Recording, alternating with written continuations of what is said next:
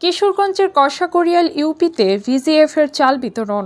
কিশোরগঞ্জ সদর উপজেলার কর্ষাকড়িয়াল ইউনিয়নে পবিত্র ঈদ উল ফিতর উপলক্ষে দুস্থ অসহায় মানুষের মাঝে ভিজিএফের চাল বিতরণ করা হয়েছে।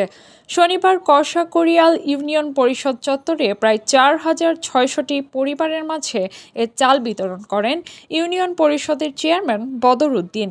এ সময় বদর উদ্দিন বলেন, আমি উপস্থিত থেকে শতভাগ সুষ্ঠুভাবে অসহায় দুস্থ পরিবারের মাঝে ভিজিএফের চাল বিতরণ করছি।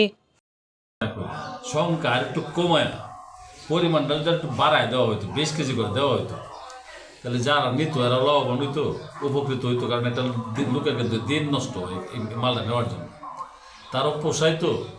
আর আমার মনে হয় যে একজনে 2টা 3টা 4টা নেওয়া এই প্রবণতাটাও কমতো।